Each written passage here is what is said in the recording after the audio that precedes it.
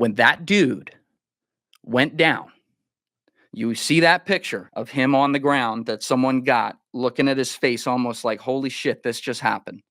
And within 30 seconds of that picture being taken, I have not had a chance to speak with Evie Pomporis today. She was on TV this morning. I believe she is headed out of town tomorrow or something like that. So she's probably not going to be able to come on. But I was able to speak to someone who is going to be coming on the podcast. It was already scheduled before this happened, who is actively in the Secret Service and has been in it for over 20 years. And what I'll say is that he didn't defend hardly anything. He broke it down very objectively and very matter of fact. He mentioned some of the things that after it happened were done correctly. He also went through all the things that were done wrong. And holy shit, thank you, whoever just gave me $99. That's insane. Thank you very much. I'm still poor over here, so I really appreciate that. But anyway, the number one thing he said was that the minute a bullet flew, it was already a failure. It's already a failure. Your job is to plan to not fail. I believe that was an exact line he had. If he said it more eloquently than that, I will make sure he corrects that and says it in the way he said it when he's on the podcast. But this was, make no mistake about it, a complete failure. Whether you agree or disagree with a guy like Dan Bongino politically, I don't give a fuck. If you listen to his breakdown of it as a former Secret Service agent, he also had very similar thoughts to my source that I spoke with and discussed how this is a complete breakdown in planning. It is a complete breakdown in the execution afterwards as well. Now, let me be a little more specific there. I'm going to come back to my guy. The pig pile, so to speak, that they did to get on top of the president after it happened seems to have been executed well. The aftermath of that was not. And I'm gonna come back to Trump. I just want to deal with the actual situation right here real quickly. So please bear with me. When they stood him up, the thing my guy was telling me on the phone is that he is a big guy. He's like 6'3.5", he's like 230. And, you can't fault an agent for being 5'10". That's kind of what it is. But he was, we're going to get to his own courageousness in that situation, which he was. But they stood him up and kind of sat him there. And someone was like holding up a hand over his face. Like, oh, yeah, this is going to stop shit. That's like a fly swatter. An AR-15 bullet's going right through the hand. I mean, Kennedy's brains got blown out and took out John Connally's hip and wrist. A hand's not doing shit. And they just kind of like held him there and like slowly got him off stage, let him raise his fist. If you saw the footage of the photographer who took the famous shot that is on my thumbnail, which give that guy every fucking award. Evan from the AP, I forget his last name. Sorry about that. But he's already a Pulitzer winner. He'll win another one. We'll come back to that shot. That is the greatest, most perfect picture I've ever seen. I'm sad he had to take it. But if you saw the shot on Twitter, I wish I had Alessi here who could pull up videos, but it's just me. So you're going to have to bear with me. And I got to look it up on Twitter. If you saw the shot on Twitter of his selfie cam, going to get that shot, imagine if there were a second shooter down there. It was a fucking turkey shoot to take out Donald Trump.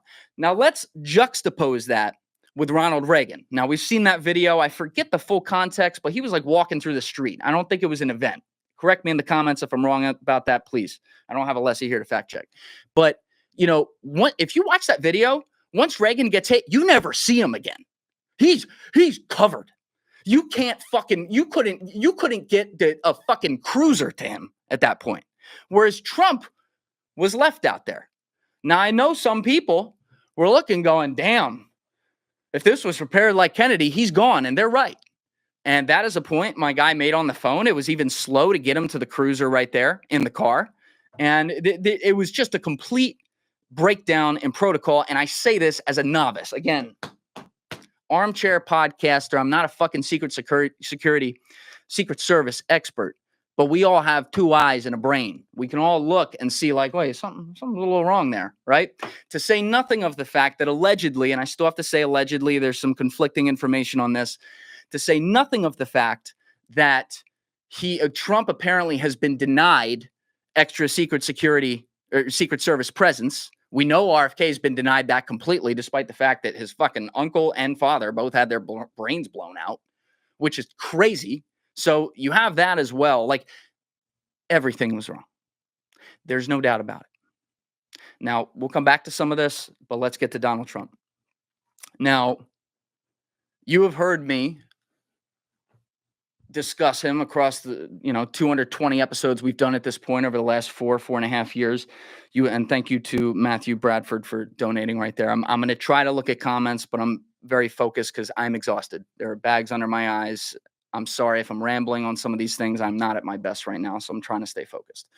But you've heard me talk about Trump many times. I am someone who is naturally an emotional reaction guy, but I train myself in private to get the emotion out myself and then pull back, go for a walk, take a deep breath, and calmly bring in logic. And so I'm still processing and trying to continue to do that. But we need to put aside politics for a second. And I need to be critical of myself on a couple things here. There are two criticisms, one in particular, that I've often had of Donald Trump. The first one that's like a little bit of a criticism I've done is I've said he's definitely like kind of a tough guy, but some of it's narcissism, bravado, like we don't really know, and that is no longer up for debate. There was a tweet that went very viral right away last night that said something along the lines of, when you talk to combat veterans, to a man, they all tell you learn who someone is when bullets start flying. And as I told you already in this live, I spoke to every heavy pipe hitter I know. And I read that tweet to every one of them. And I first asked them to confirm if they agreed with that. They all said yes. And I said, now give me your thoughts on Donald Trump. And they all said, to a man, you cannot fake that. The guy's a fucking dog. When that dude went down, you see that picture. Again, wish I had a Leslie to pull this up, but you see that picture of him on the ground that someone got, looking at his face almost like, holy shit, this just happened. And within 30 seconds of that picture being taken, that motherfucker was brought to his feet, calmly asked where his shoes were, which was kind of funny, then said, wait, and ripped through the fucking 6 people on him, held his fist up, and screamed fight 3 times and kept fist pumping off the stage. That is not a narcissistic reaction. Put yourself in those shoes. There's no performative measures there. That is a shock situation. He was just shot with a bullet in his ear, an attempt on his life. He is reacting to the situation. And his reaction, which is going to lead me to my second main criticism I've had to him, his reaction was to fucking show people strength in that situation. Whether you agree or disagree with him politically, you cannot take that from him. Now, my second criticism I have often had of him is that I believe he loves America. I've never had a doubt about that. The guy definitely loves America. But I've always said, as a narcissist, which he is, I'm not going to change that opinion. He's a textbook narcissist. But I've always said he loves himself more. I don't think I can any longer say that. Because his thought last night when he got up was not to protect himself. It was to look out at 13,000 people who had come there from all walks of life to celebrate him as a candidate and try to propel him to the White House, which is probably already a done deal, and to show them that in the face of the worst thing that has been thrown at him yet, that he was defiant and he was there fighting for them. Whether you agree with his politics or not, that is a fact. And I will tell you, as a human being, please disagree with me in the comments if you feel differently. You cannot fake goosebumps. And I have watched that footage, that 2 minutes and 39 seconds of footage that is showing the whole thing, I don't know how many times. And every fucking time there are goosebumps on my skin when he gets up and says, wait, and holds his fist out and does that. And every fucking time when he's coming off the stage at the top of the steps, right where Evan took that picture, and holds his fist up and goes, boom, boom, boom, goosebumps on my skin. I was taking a bus back from Ocean City, New Jersey. I was celebrating my grandfather's 91st birthday last night. I was taking a bus back to the city today, and I must have watched that 20 times in a row, and every time I'm like taking a temperature on my veins, and it's there. It's just a human reaction. Thank you for watching the video, guys. If you haven't already subscribed, please smash that subscribe button and check out this clip's full podcast episode by clicking here or in the description below.